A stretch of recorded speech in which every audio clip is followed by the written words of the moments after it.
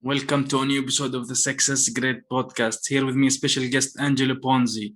He works with the startups to middle market companies to build their brand stories, conducting market research, and creating long term plans. He is the founder of the PonziGroup.com and the host of the Business Growth Cafe podcast. Angelo, welcome to the grid. Thank you so much. I really appreciate it. Also, how are you today? You know what? I'm here in Southern California, and it's about 10 a.m. in the morning, and it's already hot and humid. So it's going to be a toasty day. Other than that, I mean, it's sunny Southern California. I could be on the East Coast and in the middle of hurricanes and tornadoes and all that kind of stuff. So nobody's going to feel bad for me about complaining that it's 80 degrees outside. Tornadoes. Hopefully not that kind of things. So tell us a little bit about you, who you are, and what you started, and what do you do now? Sure. So Angelo Ponzi, as you said, I am a marketer, and I am a strategic marketer, which means I focus on the kind of more of the analytics and fact-based information to help develop client strategies. So we have a core competency in using market research, so qualitative and quantitative. We do some predictive modeling, and basically trying to understand the customers, the prospects, the competition, really the dynamics of the market, to truly understand why customers buy, what motivates them to switch, or looking at the company. Are they challengers? Are they leaders? Really getting into those nuances, and we use that to help create the story, the brand story, and not only overarching story, but all the sub-messaging stories, and whether it's products or different divisions. And then we work on strategic plans. And then in those plans, of course, there are tactical things that need to be done. So as you can see in my logo, it says marketing architects. We are marketing architects building that foundation on that blueprint. And then we become general contractors. And so we're going to help build and execute those plans that we have developed. Awesome. Great concept. Marketing architects. It's like science, probably, and art at the same time. This could be it, right? Well, exactly.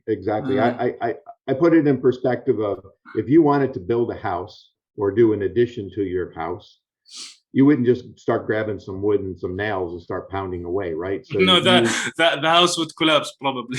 Yeah, for sure. With me, I'm not sure. I still can't drive a straight nail with a hammer.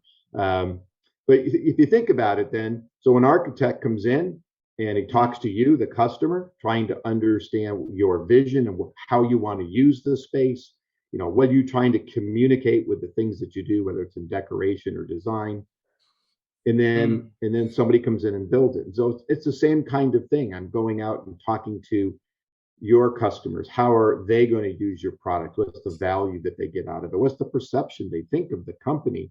A lot of times I'm doing some work with a company now, and they say, here's the perception we hold in the minds of our customers. Now, my goal is to now go out and talk to their customers and see if they hold that same perception. Because if they don't, then we've got a problem and we need to fix it.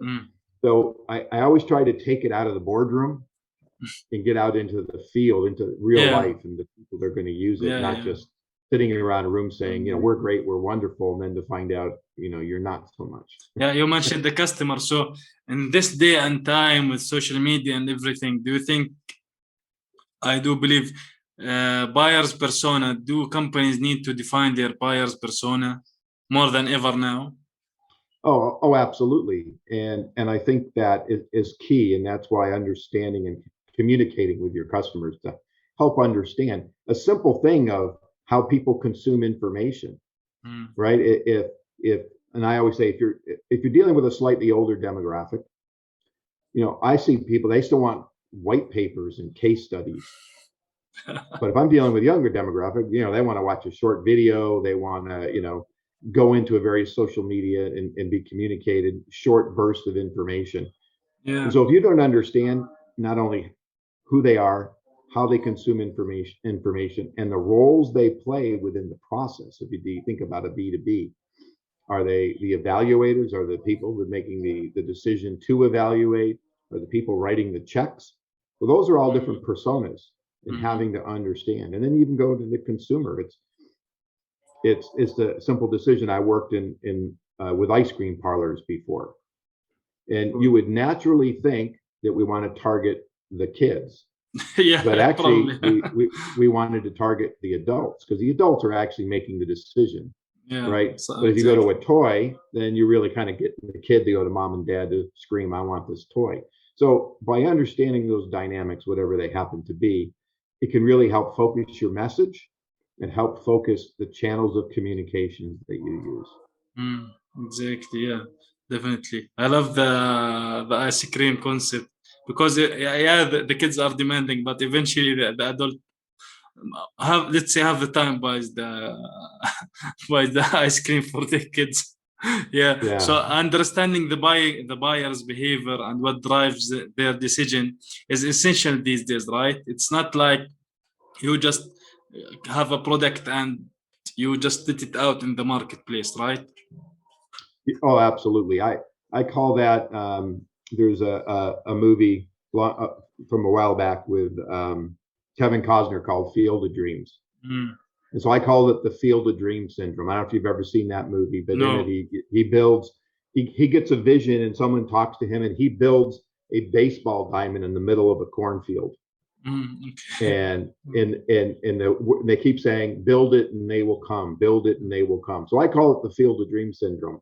A lot of companies build it and hope they come. As a matter of fact, I'm talking to a new company out of the East Coast who thought they had such an incredible product, and actually they do, and they built it and nobody came.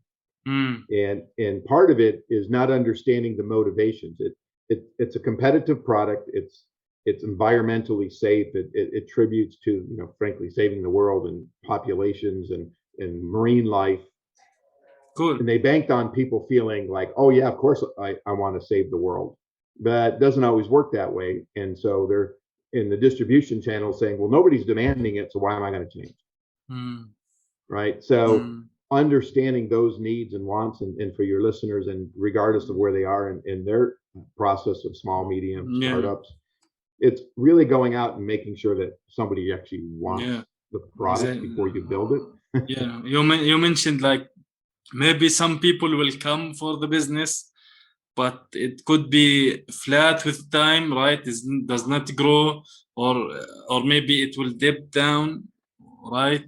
So Yeah. it's very important. So what do you do? What sales strategies do you help companies with their growth? Well, it partially depends on where they're at in their process. And again, my mantra is know your customer. Mm, That is the key to me. If I don't know the customer, how am I going to sell to you? Right? How do I know what's important to you? Whether you're buying a you know a widget that fits into a machine, or whether you're actually buying a product that's going to have some kind of a change in effect in your company. And even if you bring in a piece of SaaS software, for example, within your organization, mm, you still have a job to get everybody to adopt it, right? And so we mm, see those kinds of things. So partially is knowing your customer, knowing their needs, understanding, whatever you're selling, the sales cycle and what's going to influence them, and making sure that the message, not only from a marketing standpoint, but those messages are being carried down into the sales channels. A lot of yeah, times there's a disconnect of what the salespeople are saying and what the marketing people are saying. yeah. So I think it's really important. And again, back to knowing your customer. If you know your customer is on Facebook and buying on Facebook, well, you need to be on Facebook. But if you're selling a $1 million machine, your customer is not on Facebook buying $1 million machine, right? And while you think you need to be there, you probably don't, unless you're telling some kind of story to get people there, right? Yeah. So that's it. And so I always look at, when I think about sales, kind of there's three simple rules that I use.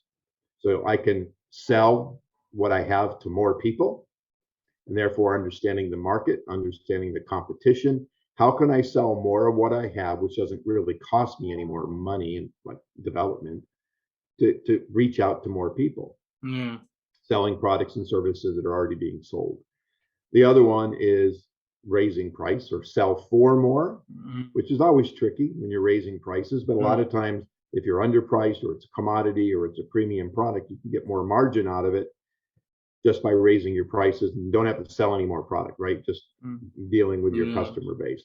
And then the third is to sell two more, which means expanding into new markets, either with your existing products or frankly, an entirely new product. So you might find an adjacent market that you can leverage things that you currently do that's outside of the realm. For example, one of my clients is a Christmas decor company, right? So they make the big Christmas decorations. Cool. Well, that's seasonal. Yeah. So part of when our strategy was, how do we sell in the off season? How do we sell products we already make? Very difficult. Yeah. So one of the things we identified was the movie industry. In the movie industry, there's a channel called Hallmark, and they make Christmas movies and they release them in the spring and early summer. So it's Christmas, all kind around of all year round, right? So those movie studios are using props. And so part of the strategy is that, can we sell our current products to this adjacent market that can use products we already have? It's not in our core business, but that gives us additional revenue that we wouldn't necessarily realize. So those are all kinds of things. Go back to the ice cream business. One of the things we added was ice cream cakes. Well, that's great if you go into the parlor or the store and you buy an ice cream cake. But we decided to go to the market, go to businesses and say, look, if you're celebrating birthdays here in your office, you're buying regular cakes, why don't you buy an ice cream cake, right? So we expanded the market with existing products that we had. Great ideas, actually.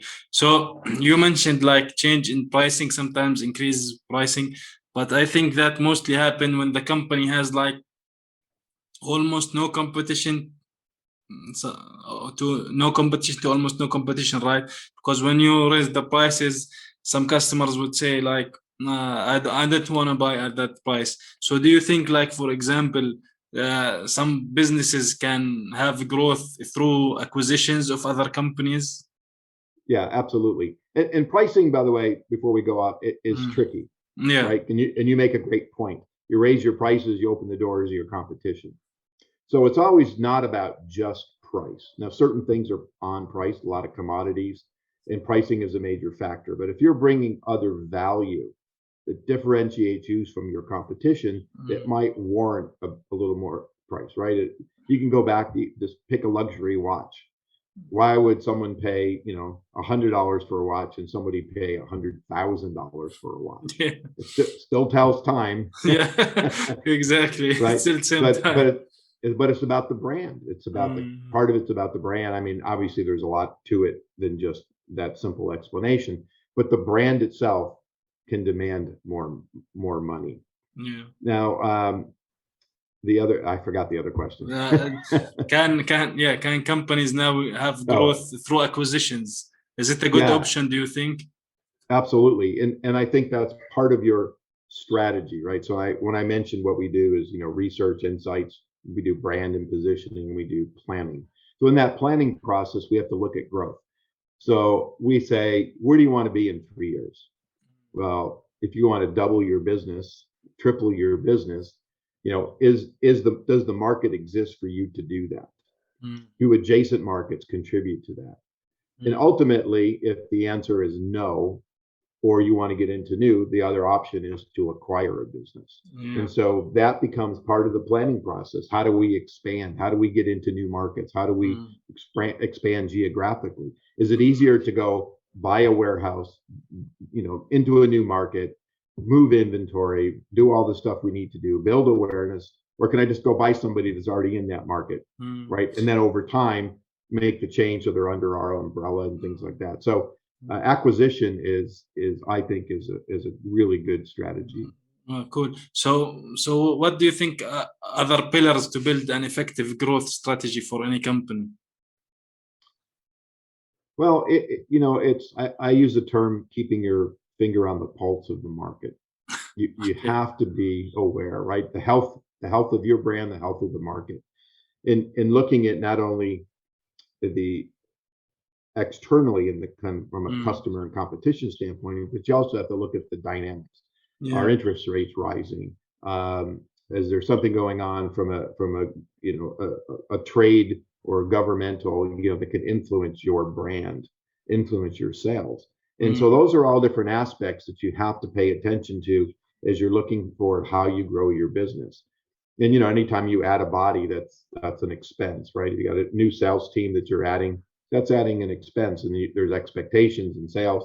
But you just can't say, which I've seen before, oh, by the way, here's a brochure about our business on Monday, and on Wednesday, get out and start selling. Well, that person's not prepared, right? So there's onboarding and there's training. But there's a lot of due diligence and foundational work that needs to be done in order to help you achieve. And you have to have a plan to make that happen. When's the right time to bring somebody in? Where are they going to target? Are they going to become focused on a particular vertical market? Or are they going to be, in a horizontal standpoint, trying to sell to anybody? Again, part of that is based on the product and service. And ultimately, how do you grow knowing that the market won't sustain your growth or allow you to grow, right? If you're at a 40% market share in a particular vertical and you want to get to 60 and there's 15 competitors, you might not be able to steal that share. You might have to acquire a competitor, right? Because there's a saturation point where you just can't get any more. Exactly. And so that kind of starts to limit your growth. And maybe it's new products, or maybe it's something else that you add into that market. Or again, like I said, going into adjacent markets or looking at brand new markets with brand new products to allow you to grow your business. And in a lot of those cases, you can do that through acquisition. Yeah, cool. So you mentioned the marketing departments in companies and the sales departments and maybe some conflicts here and there. So you working with companies and stuff like that. How do you see the marketing teams, for example, are they being tactical or strategic about their marketing efforts? Yeah, typically when I'm brought in, it's because if they have a marketing department, they are very tactical, that they don't think strategic. They're great at getting a brochure out the door, or maybe doing a website, but the messaging on the website might be wrong, right? So a lot of times I'm brought in to help work with the C-suite and shaping the overall business plan and where they want to go. And then as we start to define messaging and elements we can use in the marketing, and then those get filtered down to the marketing people. And then part of our, like I said earlier, we go from marketing architects to general contractors, and we either work with internal teams, our teams, or other external teams to make sure that the plan is being executed. So we stay on plan, on brand, on budget, and on time. And so those tactical folks become important to make sure they understand. Like I go back to the Christmas client. There were 7 people in the marketing department. Okay. But no strategic marketers, just tactical marketers. They can do a great brochure, but that was it. They want to do I don't know, maybe a quick solution, or what they think might be a quick solution, like you mentioned. Let's do a brochure and distribute it through this neighborhood or that neighborhood and stuff like that, and maybe we'll get the word out more about our business, right? Yeah, and if you're doing any kind of direct marketing kind of thing, I mean, you can understand if you're going to households, you can define those demographics. What you don't get out of the demographic by and who those married, single, age, those kinds of things. You don't understand the psychographics, and that's that kind of behavior. What's going to motivate me? So in the case of when I worked in the restaurant industry and worked with some of the Mexican food and hamburger chains, we would target households but with kids at a certain age, because we knew that we were going to give a coupon, made a family value. We're trying to drive them for lunch or for dinner, whatever it happens to be. And we would watch all that. Could I motivate somebody to come for a family at lunch? Usually, no, it was more about lunchtime for business people. But at dinner time, we were trying to get the husband or the wife on their way home from work, swing by a family meal to take home for that evening, right? So understanding those motivations and behaviors become more as important as the profile of the person demographically. And I want to answer your question about sales and marketing.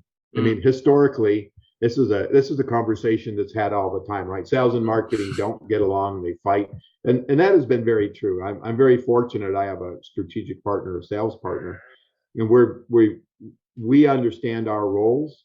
We understand how we work together. He understands and I understand where kind of sales takes off and where marketing is, and vice versa.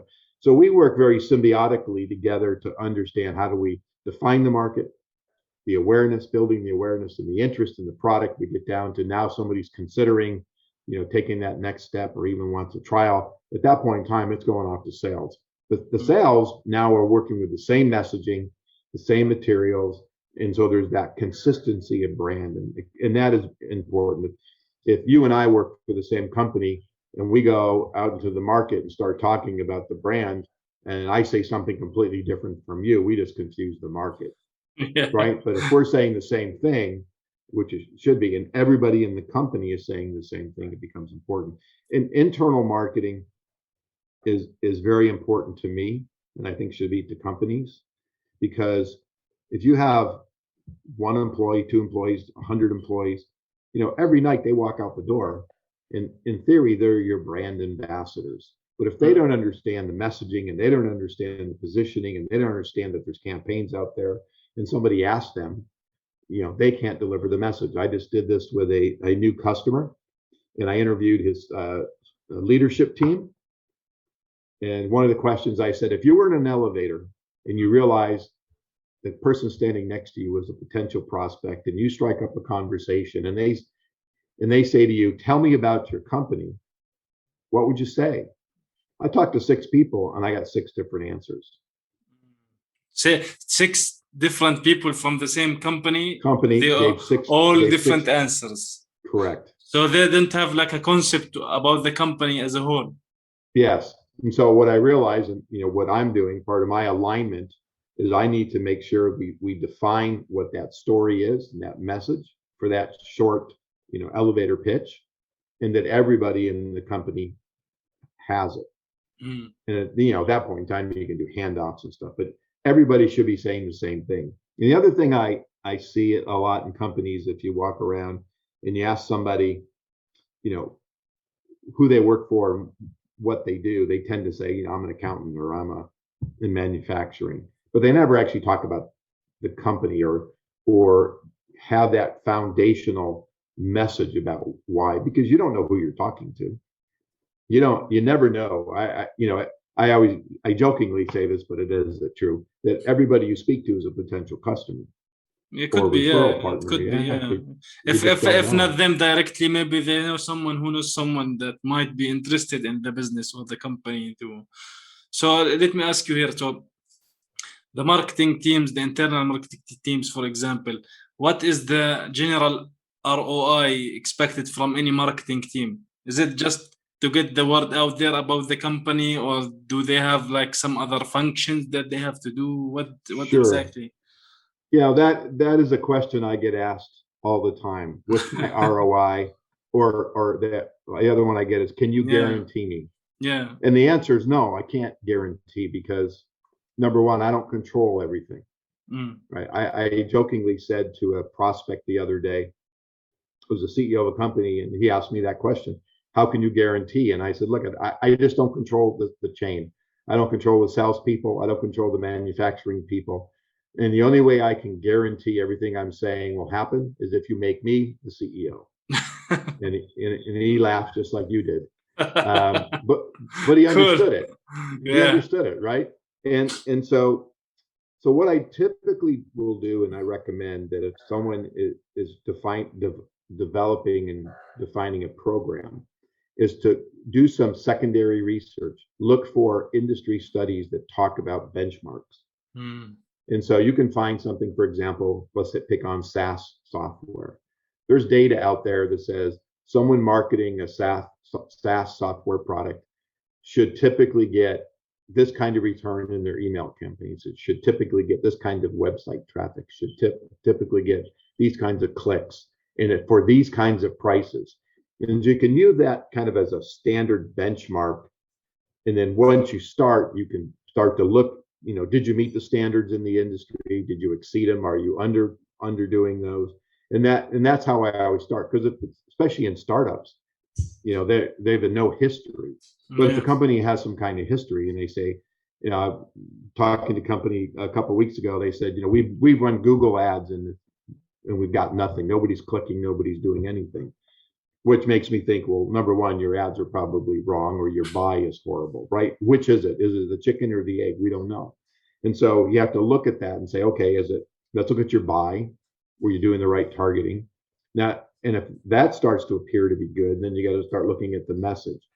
Then you have to understand that the message, if they didn't do their due diligence to understand their customer and their motivations, then their ads are probably wrong, right? And then if their ads are even decent or even good, where did the click take them? Did it take them to a landing page with more information? Did it take them to a website that now I'm on your website with 15 different navigations and I'm off looking at other things? I actually see that a lot sometimes. If there's like a ton of things to do on the same page, the customer won't do anything and just closes the browser and walks out. Yep, you're absolutely right. And so there's certain steps and logic to nurturing somebody along their journey, making sure that their content that they're looking for at the time, right? If I don't know your company, you got to educate me. So that's awareness, right? Yep. But if I come back because now I've got some kind of interest, now I have to deliver a little bit more information to kind of move you down the funnel to consideration and then ultimately to trial. And I always suggest don't make your funnels 15 layers deep, right? It's too hard to manage. Keep them simple. I like to look at maybe 4 stages, maybe 5 max, but it's the fewer funnel layers that I have to move somebody down, and then understanding the sales cycle, right? If you're gonna 6 months sales cycle, I can't set up my communications and to hit you very quickly, right? I have to nurture you now. And I think we might have talked about this before. Sometimes it's 7 to 10 touches before somebody actually makes that decision. Yeah. You got to know that. If you don't know your customer, you don't know that. Yeah. And so what are those? How do you plan that out? Those all become very important aspects in that kind of sales and marketing. So is that marketing doing that touching, or is that sales? Well, at one point in time, it needs to become sales versus marketing. Marketing, yeah. The marketing is basically the messaging between the company and the customer. This is what it is, right? Yep. The sales is what doing sales, like selling people and providing the service for them. Yeah. Right, So right. you mentioned like funnels and stuff like that. So you work with companies through their funnels, like from the beginning till the end, through email marketing and stuff like that. This is also something that you do. Yeah, as part of that, kind of once we have the plan, those are usually laid out in the plan, and then based on budgets, we figure out what the client can afford. It could be videos, it could be lots of different things, and so we'll help manage those or run those depending on whether they have marketing people or not, or other partners. Sometimes our partners, the partners we're working with are other agencies. And again, I don't consider myself an agency, but really a marketing, probably more marketing consulting, which I don't like that word either. But we're not an agency. I used to have an agency, and I didn't want to do that. But because to me, it's more about that understanding in the marketplace and the customers, and the rest follows. Where other people, they call you up and say, "Hey, I'm a marketing specialist, and I'll build your website for you." I never say that, and I'm not interested in that. I will as part of my plan, but people who call me that just want a social media campaign or a website, I send them to somebody else. So we mentioned like the market is changing fast, and with the internet there nowadays, with Google ads and Facebook ads and a lot of ads, Pinterest ads and Snapchat ads, a lot of platforms, right? So the market is changing fast, and perhaps becoming more it is becoming more competitive, and you need to understand it more and to pivot. So how can you create new revenue opportunities for the companies that you are working with? Well, again, that gets back to understanding, the customer, right? Who are we trying to sell? What are we selling? Is it a commodity or an ice cream cone? How do I get you to come and eat ice cream every day? I'm probably not. But if I know I can get you there 3 times a month, bring your family, sell you a cake once a month, right? So, we're looking at how do we do that. if you're selling a machine of some kind, or even a SaaS product, you're on a subscription model. So now you're saying, here's 1 seat, here's 4 seats, here's 10 or less seats. You're looking at how do you expand that? How do you get them to move?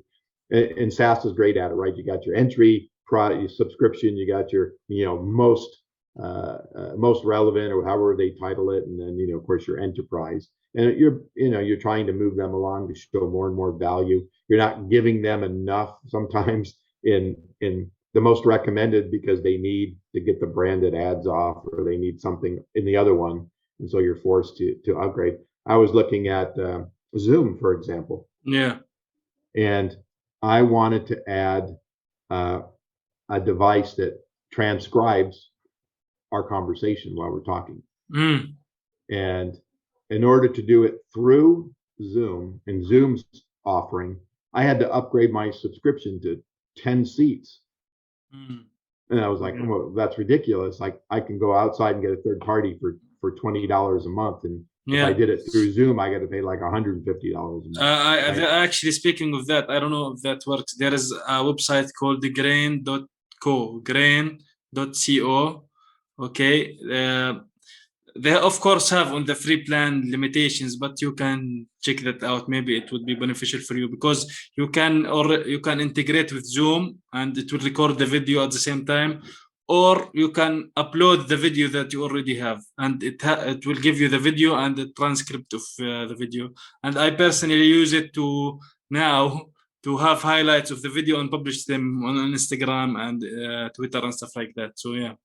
Nice. How do you spell that? GRAIN grain.co. Yeah. I'll check it out. Yeah, I use for audio transcriptions, I use Otter. Oh yeah, it's cool. So, it's good. Yeah.